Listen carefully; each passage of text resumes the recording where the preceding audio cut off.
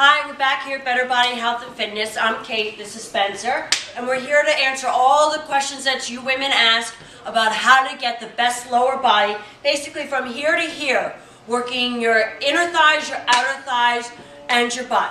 So Spencer here is going to help us figure out how we're going to get the ultimate tightest lower body possible. So Spencer, what would you say is the best way to get the best, tightest lower body out there and with the best butt ever? That's a very good question, Kate.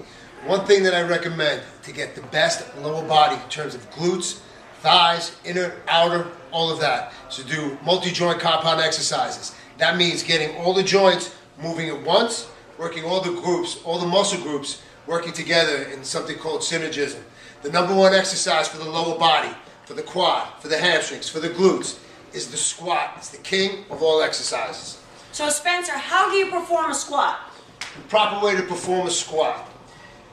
Bring your feet about shoulder width. If you have a slight natural turnout to the feet, leave it that way. If you don't, keep them straight, keep them parallel.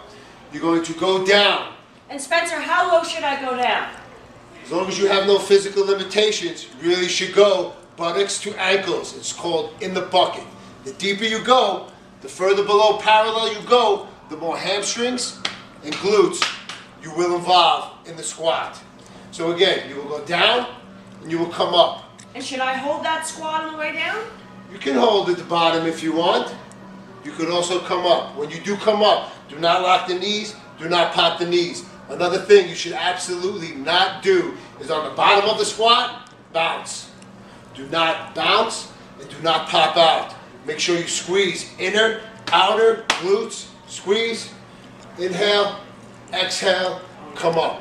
That is the number one exercise for the inner, outer, front, back, and the glutes for the lower body. So now we have the squat. Spencer, could you also give me another exercise for the lower body that would also help tighten up my body? Another exercise for the lower body that you could do inside the gym, outside the gym, is known as a split squat.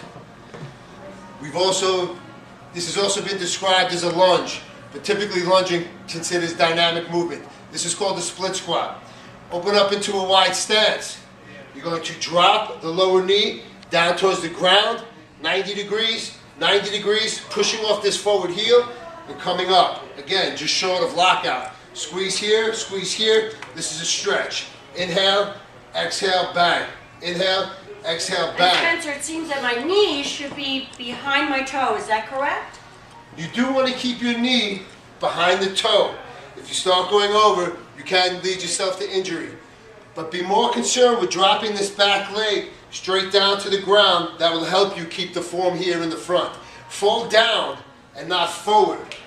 And that will help you keep the form. Okay, so now we have the squat, the lunge. Any other tips that you can give me? The biggest tip that I can give you and the best piece of advice that I can give you on any exercise is to use proper form and make sure you tense all the muscles that you were using at the time. The inner and outer thigh is a stabilizer. You could do all the exercises on the inner and outer thigh machine. If you do not do the squat, you do not do the lunge, you will not get the tone and the shape you want throughout your lower body. Great, Spencer, thank you. And exactly how many reps should I be doing of these exercises of the squat and the lunge?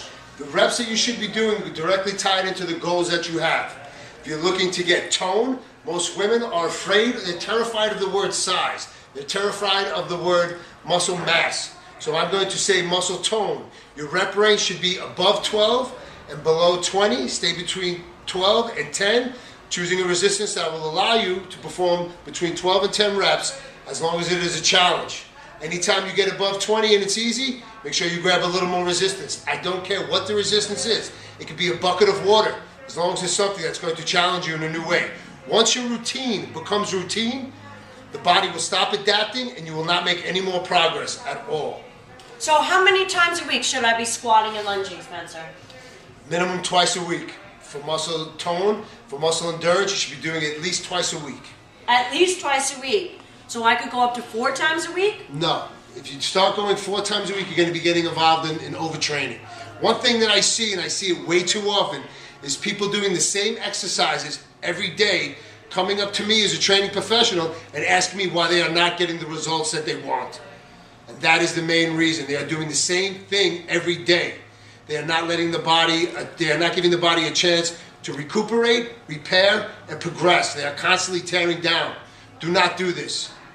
So rest is important as well as working the muscles. You make progress outside the gym as well as you make progress inside the gym. Rest, recuperate, repair, and I won't say it, but I will, grow. Thank you. Well put, Spencer. Thank you very much here at Better Body Health and Fitness.